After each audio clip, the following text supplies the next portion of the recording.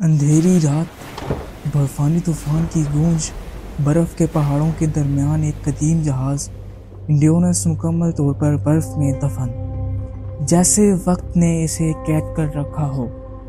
یہ صرف ایک جہاز کی کہانی نہیں ہے، یہ انسان کی برداشت، قیادت اور امید کی وہ سچی داستان ہے جس نے تاریخ میں ایک الگ مقام بنایا، جس کا آغاز ایک خواب سے ہوا۔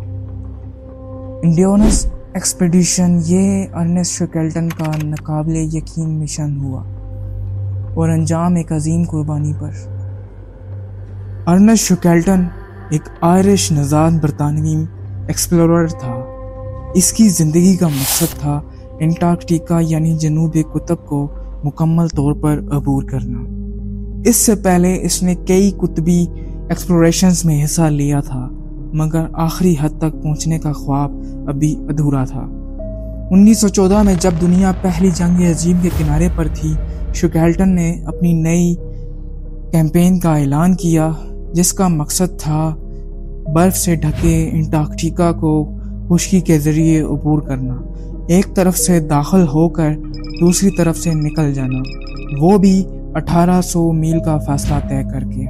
اس کیمپین کا نام رکھا گیا امپیریل ٹرانس انٹارکٹک ایکسپیڈیشن۔ ایک مضبوط لکڑی کا جہاز جو کہ برف سے لڑنے اور توڑنے کے لیے بنایا گیا، جس کا نام انڈیونس تھا۔ انڈیونس نے 1914 کے آخر میں برطانیہ سے روانگی کی۔ 28 افراد پر مشتمل ایک ماہر ٹیم، جن میں ایکسپلورر، سائنسدان اور فوٹوگرافر شامل تھے۔ سب کے دلوں میں جذبہ اور خواب تھے۔ ساؤتھ اٹلانٹک اوشین سے گزرتے ہوئے وہ فاکلینڈ جزائر سے ہوتے ہوئے، جو انٹارکٹیکا کے کنارے پر واقع ہے، ویڈل سی کی جانب بڑھے۔ یہاں سردی اتنی شدید تھی کہ پانی کی سطح پر برف جمنا شروع ہو چکی تھی۔ دسمبر 1914 سے جنوری 1915 کے درمیان ان کا جہاز مسلسل برفانی رکاوٹوں سے لڑتا رہا۔ پھر ایک دن انڈیونس مکمل طور پر برف میں پھنس گیا اور وقت گزرتا گیا، برف پگھلنے کے بجائے اور جمتی گئی۔ انڈیونس جہاز کے قریب برف کا دباؤ اتنا بڑھ گیا کہ لکڑیاں چیخنے لگیں، اور پھر اکتوبر 1915 میں وہ لمحہ آیا جس کا سب کو ڈر تھا۔ برف نے انڈیونس کو توڑ دیا، جہاز اب ناقابل استعمال ہو چکا تھا۔ شیکلٹن اور اس کے ساتھیوں نے جہاز کو چھوڑ کر برف پر خیمے لگا لیے۔ -40 ڈگری کی سردی، تیز برفیلی ہوائیں اور کھانے پینے کی کمی، مگر حوصلے بلند تھے۔ اب صرف ایک رستہ تھا، زندہ بچنا۔ شیکلٹن نے اپنے لوگوں کو منظم رکھا، انہیں امید دلائی اور روزانہ معمول کے مطابق کام کروایا تاکہ حوصلے نہ ٹوٹے۔ چند ہفتے برف پر گزارنے کے بعد وہ 3 چھوٹی کشتیوں میں بیٹھ کر قریبی ایلیفینٹ آئی لینڈ کی جانب روانہ ہوئے۔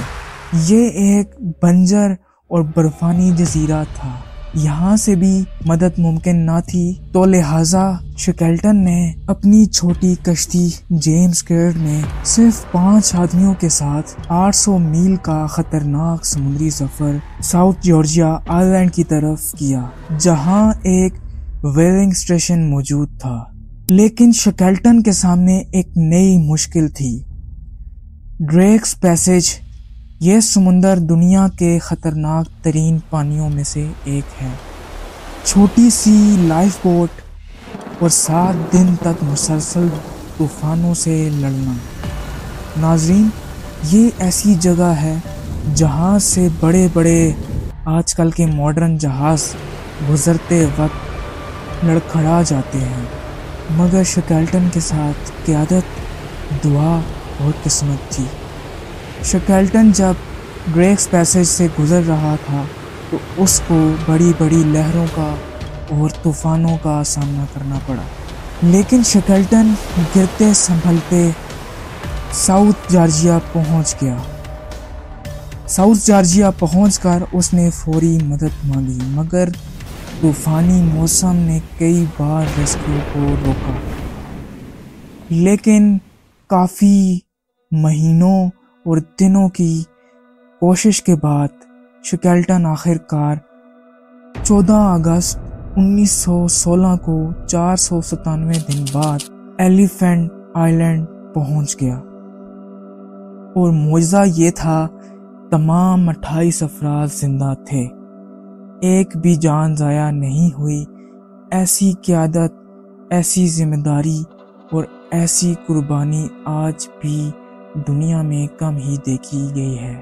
سر ارنسٹ شکیلٹن نے ہمیں یہ سبق دیا کہ انسان کا اصل امتحان تب ہوتا ہے جب سب کچھ ختم ہوتا دکھائی دیتا ہے۔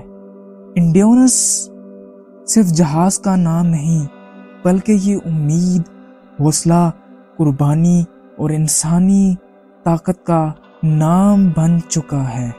آج بھی قیادت اور مینجمنٹ کے لیکچرز میں شکیلٹن کی مثال دی جاتی ہے، کیونکہ جب سب ہار مان چکے تھے تو اس نے رستہ ڈھونڈا، جب موت سامنے تھی اس نے زندگی کا انتخاب کیا۔ شاید اسی لیے وہ کہتا تھا difficulties are just things to overcome after all۔ مشکلیں صرف عبور کرنے کی چیزیں ہیں بس۔